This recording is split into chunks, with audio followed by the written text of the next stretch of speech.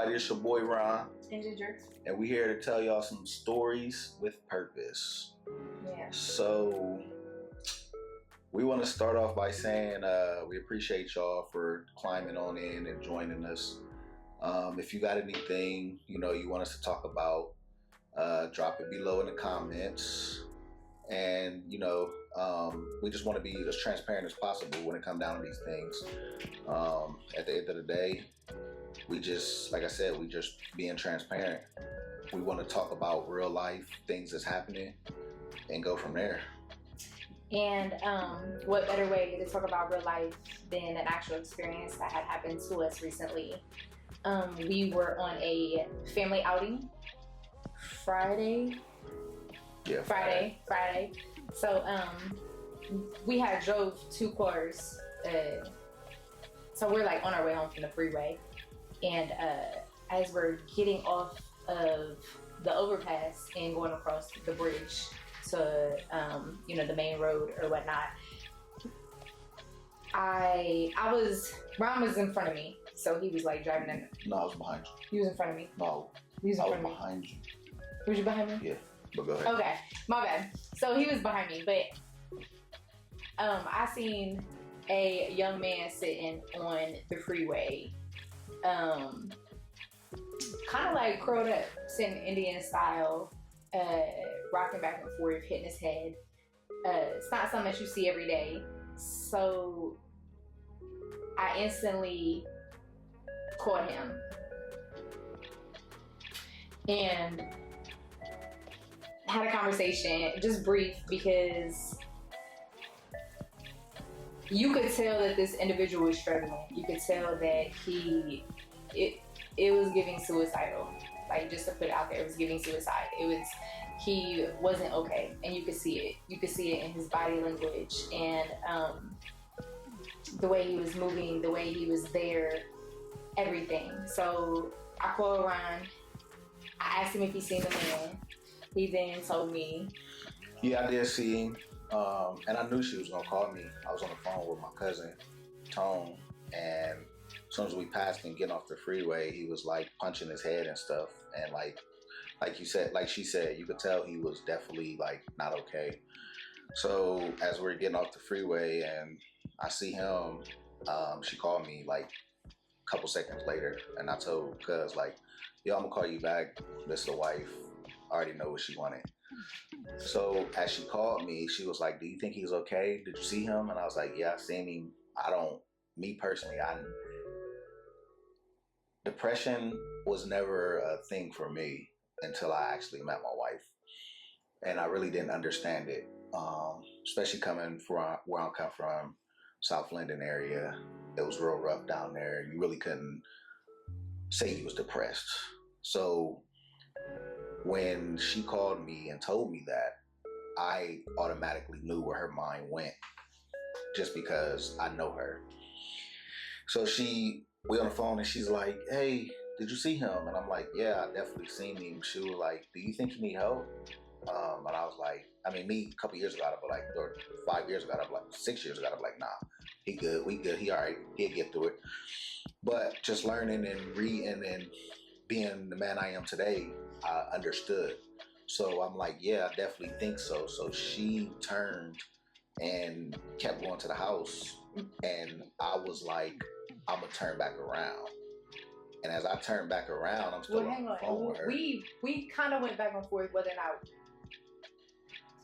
we did. It was like, not like a lot. It was like a little couple of seconds where I was like, I want to turn around, and you was like, and I was like, well, I asked you if you was gonna turn around, and you was like, well, because, like, let's be real, in situations like this, we don't know what anybody's mental health is. So putting yourself in a situation where, you could possibly be in danger by helping somebody else. I'm one of these people that always want to stop and help, but I don't always, because I'm a woman. 9 times out of 10, I have one of my kids with me.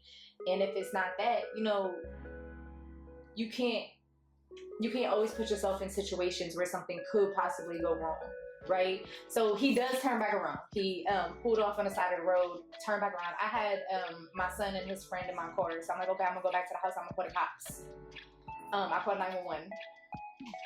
I've never had an experience where I called 911 and I didn't get everything out before the person on the other side was literally telling me. He was identifying the man to me. So I'm over here like, there's a man on the side of the road, giving him the rundown ABC. And he was like, oh, so he has blonde hair. He has a white shirt on. He has blue jeans. And I'm like, oh, wait. I'm like, I don't really remember what kind of jeans he had on, but yeah, it was a black shirt, to be honest. I think it was like a black hoodie or something like that. Black shirt, gray pants. Yeah, but I was like, oh yeah, he had a black shirt on, and he was blonde, and he was like, yeah, he's in his like mid-20s, right? And I'm just sitting there, like, I'm stunned at this point because now I know that you've had multiple calls. So I was like, yeah, gave him all the information. I was like, look, I'm not trying to be funny. I was like, this doesn't look like he's okay. It doesn't look like a good situation. He's literally on the freeway overpass. So he's up here, the freeway's down here, he's standing on the bridge. Like, if you're not okay. So I get off the phone with him and immediately call around back. And you made it there by that time. He wasn't, at the time, he wasn't standing on the No, bridge. he was still sitting when I left. He was still sitting. Yeah, She's talking about when I got there, he was, so I had to go and I had to make a big turn. So it took me like maybe 3 minutes to get to him, maybe 4.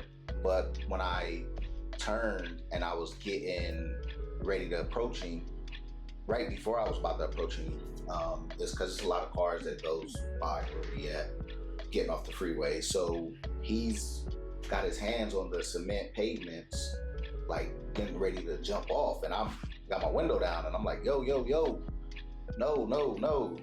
But then again, I'm kind of like, man, I hope he don't jump off while I'm standing right here. So I was definitely scared myself to even go a little closer to him because I didn't want to witness somebody jumping off and killing themselves, and then what type of mental state would that put my mind in?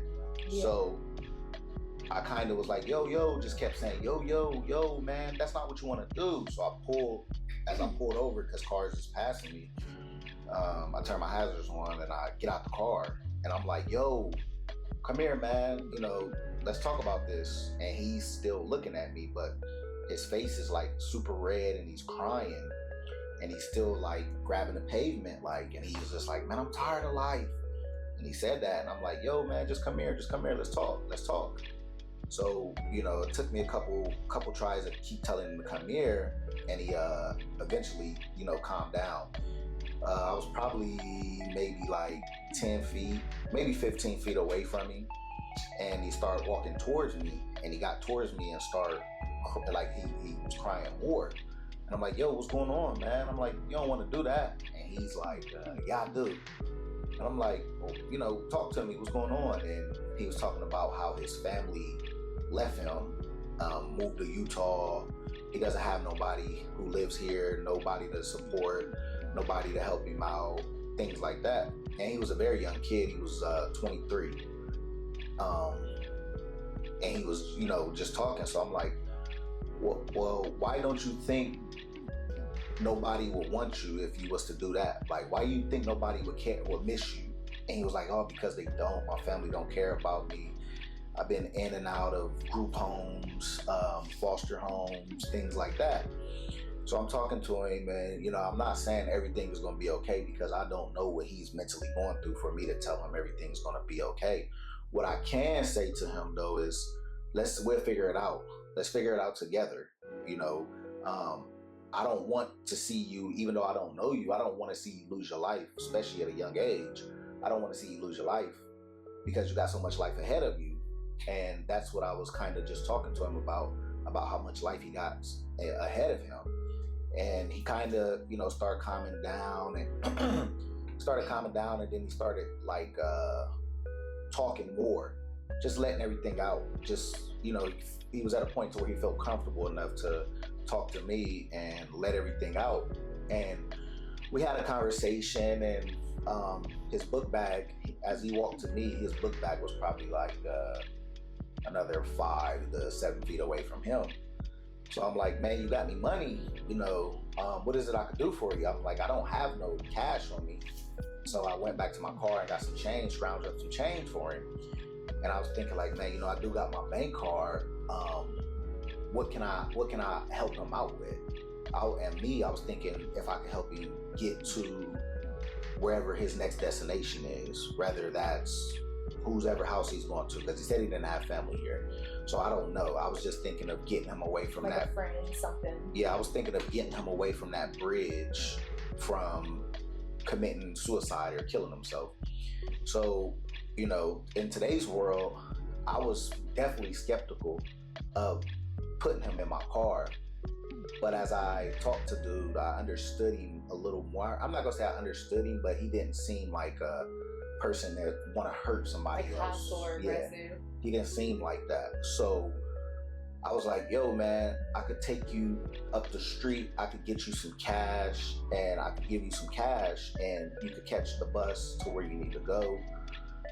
And he was like, man, you'll do that for me? And I'm like, yeah, man, anything for you to put you in a better situation. That's how I always look at it, to put him in a better situation. Even if it was my last, I would have still gave it to him to make sure that he was doing, or make sure that everything was good, what he was doing. So as I got him in my car, I moved all the stuff out my front seat, and my wife called me back. She's like, yo, what's going on? And I really didn't want to talk to her because I didn't want to lose his focus on me, because you could tell he was like really focused on me and really wanted to hear what I had to say and hear me talking and things like that. So I was like, yo, I'll call you back here in a minute. So we get in the car, and I'm just like, yo, man, what is it that you want to do in life? And he didn't have any answers for me at the time. He was just like, man, I don't know, man. It's hard out here. It's really hard out here. That's what he was saying. And I'm like, yeah, man, I get it. It's definitely hard out here, but losing your life or killing yourself, that won't solve anything, because the next person that loves you is going to be hurt. If whether you believe it or not, they're going to be hurt. How would you want your mom to get a call that, her son committed suicide, or her dad, or whatever the case, or your dad, or whatever the case may be? So we go to a store, and I go in there and I get him change, or I go to the ATM. That's what I do. I go to the ATM in the store, and I get him some money out, and I give him the money, and he looks at me like, and I'm like, no, this is for you, and he's like, really? I'm like, yeah, man, get you a bus pass. And he was like, well, how much is bus passes? I'm like, I don't know. So I literally had to go to the cashier and say, hey, you got change? And the cashier was like, well, yeah, I got 5s. And I was like, well, give me some 1s, because I don't know what today's bus, I don't know how much it costs to ride a bus. So he got some, I gave him the change. And, I just told him like, hey man, if you ever need me, he didn't have a phone either. So I was like, if you ever need me or you need somebody to talk to, jot down my number, take my number, and you could call me. And he was like, really? And I'm like, yeah, man. And he was like, man, I never had nobody care. And I'm like, well, you found somebody. Because I look at him like, he's 23. We got a daughter that's 19 years old.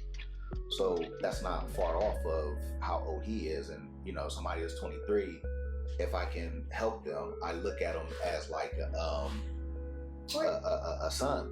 So not even just that, it's just I'm so big at helping. I want to help everybody. That's how I is. People that's struggling. Like I said, when I met her 10 years ago, well, yeah, it's been longer than 10 years, but when I met her 10 years ago, I never thought of depression. I always thought that was like some made up bullshit. Mm-hmm. And the compensation. And she's the one that got me to dig deep into it. Mm-hmm. And I started digging deep into it, and depression is definitely real. And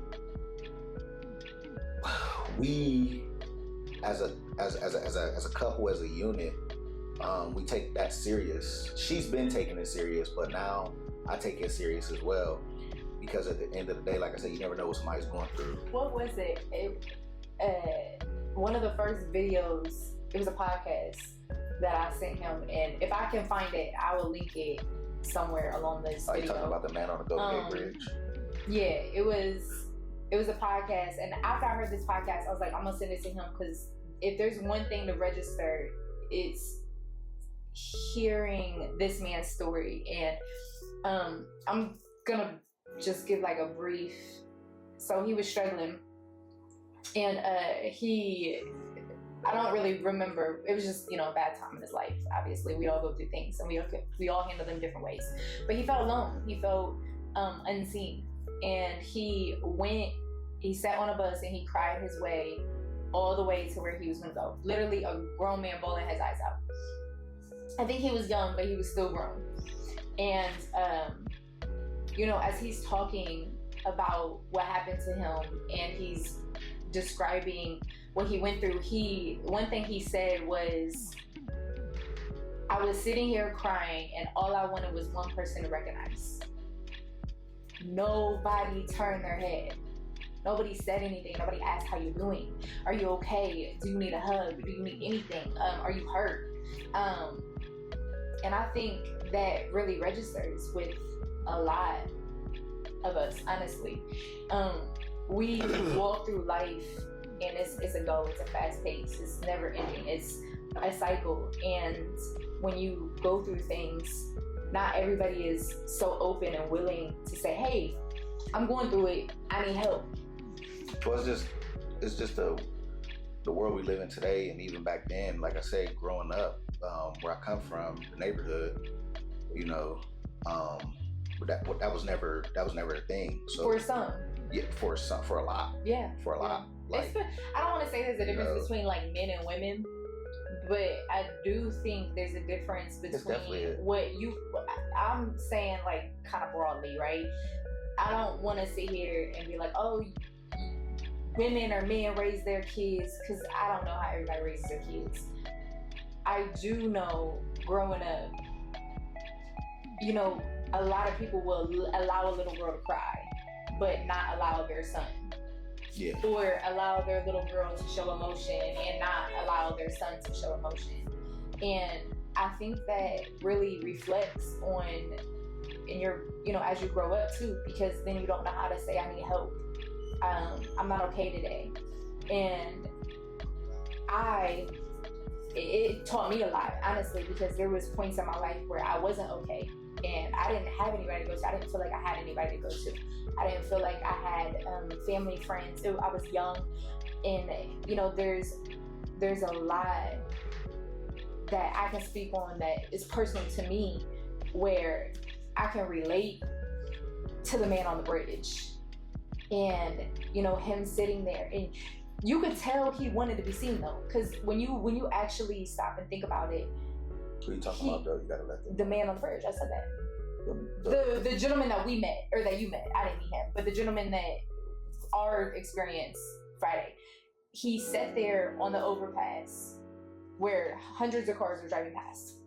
He wasn't hidden. He wasn't. He made himself visible. Yeah, he was there. He was present. He wanted to be seen. He needed help. He needed somebody to see him and say, hey, it's gonna be okay. And even if he didn't really recognize what he was doing or not, or he did it subconsciously, or he did it on purpose, it doesn't really matter. He needed somebody to see him.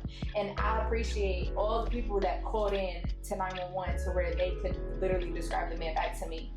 However, it was probably about a 10-minute period between me calling 911 and you getting there and walking him off the overpass, where there was no officers, there was no squad. It was probably 30 plus minutes. Where then we heard, well, we don't even know if that was yeah, we heard some sirens, but at the end of the day, we didn't know if that's where they were going or not.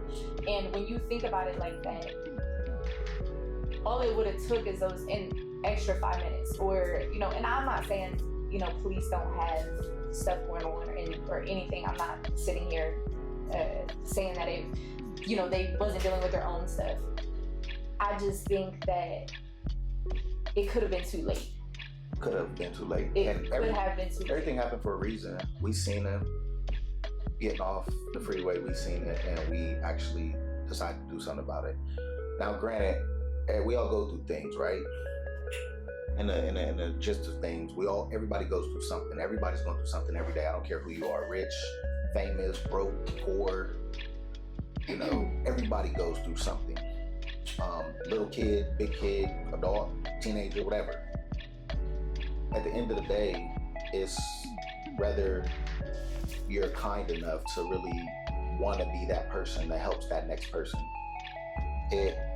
It's definitely people out there who will stop and give that person everything they got their last. And then you got some people who's really not worried about that in the same sentence. So at the end of the day, like, you know, whatever it is you're going through, wherever you are, it's not, don't be scared to ask for help. Yeah. Because, like, you matter, whether you believe it or not. You matter to somebody. Going to miss you. Somebody's going to miss you. And a relative, an aunt, uncle, cousin, brother, sister, best friend, dog, cat, horse, any animal that you got, somebody's going to miss you on this earth. And to the people that are okay today, right? Check on your people. Ask them how they're doing. Ask how their day is. Ask if they need anything. Because the silence that someone will carry and not say what's really going on with them, because they don't, whether they don't feel it's necessary or they don't feel comfortable or they feel like they don't want to bother you, right? Because we all go through life. Life is going to life. Yeah, for and sure. You know, sometimes people don't want to put their burdens on somebody else, so they don't want to reach out and be like, oh, Susie, my best friend, I know you're going through this, but let me throw my stuff on top of you too. However, all it takes is that, hey, are you good today? You know, I'm just checking in on you. To where somebody could really feel like they're valid and they matter. Yeah, for real. It's truly the little things that go a long way. And we didn't really want to make this to give us any type of credit, because that's not what this is. No. It's just awareness that your surroundings. And say hi. Say hi to people, smile. You don't have to. No, I mean, you definitely don't. I mean, do what you feel comfortable with. Do what you feel. However, showing somebody that they're not walking past somebody, right? Not driving past somebody, but even just looking up and realizing that there's somebody in your presence in or your bubble. Yeah. Just do what you feel it goes a long way. Do what you feel is best on your heart at the time. Nobody's saying force anything, because, you know, when you force something, it definitely doesn't. Be genuine to yourself. I mean, honestly, if you don't care, you don't care. And what was you about to say? My cousin said something to me the other day, and she said, I don't ever do anything unless it's heavy on my heart. She was like, my heart will literally tell me whether or not I'm supposed to do something. Whether that is giving money to somebody on the corner, or buying groceries for somebody, or, you know, just giving somebody a hug. She was like, I don't do anything unless it just feels deep in me. And that resonates, because I feel like we see things and we avoid that inner self, right? We avoid that, like, oh, you know, I wanted to help him. Because when I drove past, I literally called him and I was like, I want to turn around. Everything in me wants to turn around. And obviously I had boys in my heart. And then again, like I said, he ain't about to let me do nothing by myself regardless. But I'm like, are you going to turn around? And he was like, yeah, I'm going to turn around. And I was like, okay. Like, everything in my soul screamed, turn around and help him. Yeah. And like I said, man, we just, you know, we here to just talk and conversate with a lot of people, get everybody's opinions, you know, questions. We want to answer people's questions when it comes down to things. We just want to be 100% transparent when it comes down to it. And this is why we putting these short episodes out like this, because at the end of the day, it's needed. Everybody wants to be loved. Everybody wants to be seen. And sometimes it might be your calling to love that person or to recognize that person. So just remember, if you was in that situation, what would you want somebody to do for you? And don't be, ego driven and be like, oh, I don't want nobody to do nothing for me. Blah blah blah blah. Like no, nobody's for all that. This is what we, got on our hearts. We're gonna continue to put these episodes out, these short episodes, and that's really what we really want to talk about. Is, like I said, just things that go on in people's life. And if any of y'all want to, talk about trauma or want us to answer any questions, just let us know. Now, we don't mean we're not no experts. We're not experts, but we here to talk y'all over through, or help y'all through things, or help you get through some things. You have your own story that you feel like you reached out and it really put a number in your heart and you did something good for somebody else, drop it, put it in the comment. It's all support and it's all love. And suicide is a real thing. It's definitely real. Suicide, mental illness is a real thing. Is real. Depression, lonely. Even like I said, man, we take it serious, and we just wanted to drop this little episode for y'all. We hope y'all appreciate it. We want y'all to like, comment, and subscribe. Any comments y'all have, drop them below, and we'll definitely check them out, man. Until next time, we'll see y'all later. Peace. If you or someone you know is dealing with suicide thoughts or attempts, please reach out. You matter and help is available. Call or text 988 at any time.